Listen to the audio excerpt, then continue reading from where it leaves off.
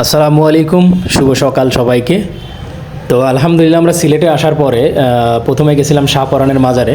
তো ওখানে বেশিক্ষণ থাকতে পারি নাই, কারণ মাজার তো আসলে সচরাচর এরকম দেখার কিছুই থাকে না, আর ওখানে তেমনভাবে ভিডিও করতে দেয় নাই। আমরা ওখানে কিছু গ্রুপ ছবি সেলফি তোলার পরে আপনার জাফলংয়ের উদ্দেশ্যে রওনা করি। তো জাফলংয়ে যাওয়ার পূর্বেই এই যে দেখতে পারতেছেন আপনার গাছের উপরে, মাথার উপরে যে পাহাড়টা দেখা যাইতেছে, এটা শ্রীপুর নামক একটা জায়গায় এই ভিউটা দেখা যায় আর কি, খুবই চমৎকার দেখা যায়। তো দূর থেকে দেখা যাচ্ছে, তো ভাবলাম যে ক্যামেরাতে একটু ক্যাপচার করি। মনে হচ্ছে যে একেবারে নিকটে, কিন্তু আসলে নিকটে না, আদতে এটা বেশ দূরে, শ্রীপুর নামক একটা এরিয়ায়।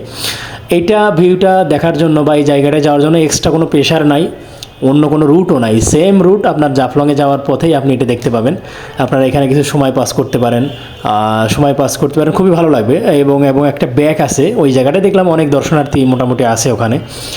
ওখানে আমরা সানগ্লাস কিনলাম, যেহেতু বাসা থেকে আনা হয় নাই। পাহাড়ি আনারস খাইছি, তারপরে আপনার ডাব খাইছি। আর ওখানে বেশ কিছুক্ষণ ছিলাম এবং অনেক বেশ পর্যটক ছিল ওখানে। কিছু দোকানও আছে ওখানে, এবং পাহাড়ি কিছু জিনিসপত্র বা সিলেটের কিছু জিনিসপত্র ওখানে বিক্রি করতেছিল। তো যাওয়ার আগে আমরা দেখতে পেলাম যে পাথর দুই পাশে, রাস্তার দুই ধারে সাজানো আছে। মোটামুটি এখানেও পাথরের ব্যবসা হয় আর কি। তো আমরা জাফলং যাচ্ছি, জাফলংয়ে তো পাথরের ব্যবসা হয়। তো এর আগেই দেখলাম এই জায়গাগুলো মোটামুটি পাথরের ব্যবসা এখানে চাঙ্গা।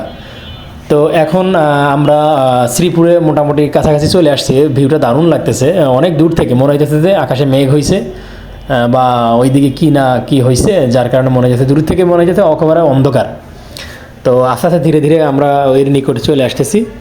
তো আসলেই পরে দেখা যায় যে বেশ, আমার মনে হয় 7 থেকে 8 কিলোমিটার দূর থেকে এটা দেখা যায় পাহাড়টা।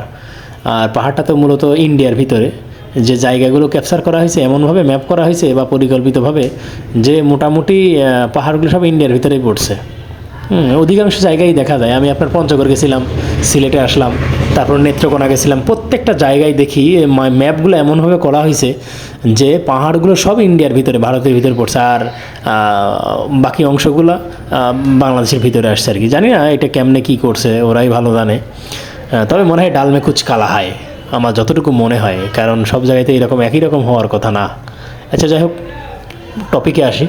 তো এখানে আপনার যেটা বলতেছিলাম, যে একই রুটে আপনার জাফলং যাওয়ার পথে এই জায়গাটা পড়ে। তো আমরা দেখতে দেখতে সেই জায়গার কাছাকাছি চলে আসলাম। আসার পরপরই দেখা যাবে যে দুই ধারে আপনার চা বাগান। মোটামুটি এখানে শ্রীমঙ্গলের একটা ভাইব আপনি পাবেন। শ্রীমঙ্গল এখান থেকে আর একটু দূরে।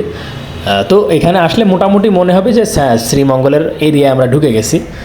চা বাগান আছে দুই ধারে, আর এই যে পাহাড়টা দেখা যাইতেছে, খুবই চমৎকার পাহাড়। এবং বিষয়টা হলো ভিউটা খুবই সুন্দর লাগতেছিল। এবং এখানে যে রাস্তাটা ব্যাক আছে, এই যে এই জায়গাটা অসম্ভব সুন্দর। আসলে ক্যামেরায় তো সব অ্যাঙ্গেল বা সব ধরনের ব্যাপার স্যাপার দেখানো যায় না।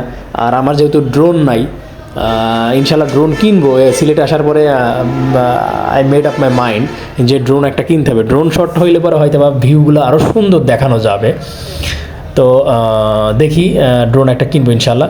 তো পাহাড়গুলা বেশ সুন্দর দেখা যাচ্ছিল, এবং সবুজে সবুজে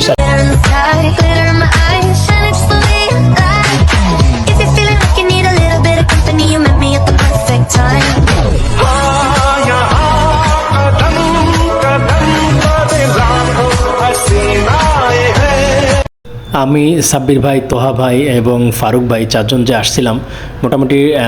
আর সাথে আমাদের এখানে একজন আত্মীয় ছিল সিলেটেরই, ওনার নাম হলো ভুলে গেলাম আমি নামটা এক্স্যাক্টলি। যাক, উনি আমাদেরকে অনেক সাপোর্ট করছে এবং অনেক হেল্প করছে কীভাবে কোন যে রুটে গেলে মোটামুটি সিলেটটা খুব ভালোভাবে পরিদর্শন করা যাবে অল্প সময়ের ভিতরে।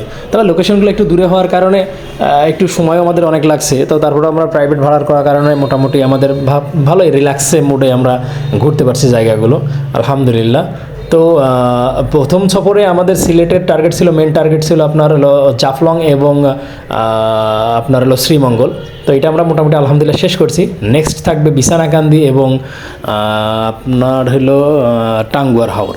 তো সবাই ভালো থাকুন, সুস্থ থাকুন। আসসালামু আলাইকুম ওয়া রাহমাতুল্লাহি ওয়া বারাকাতুহু।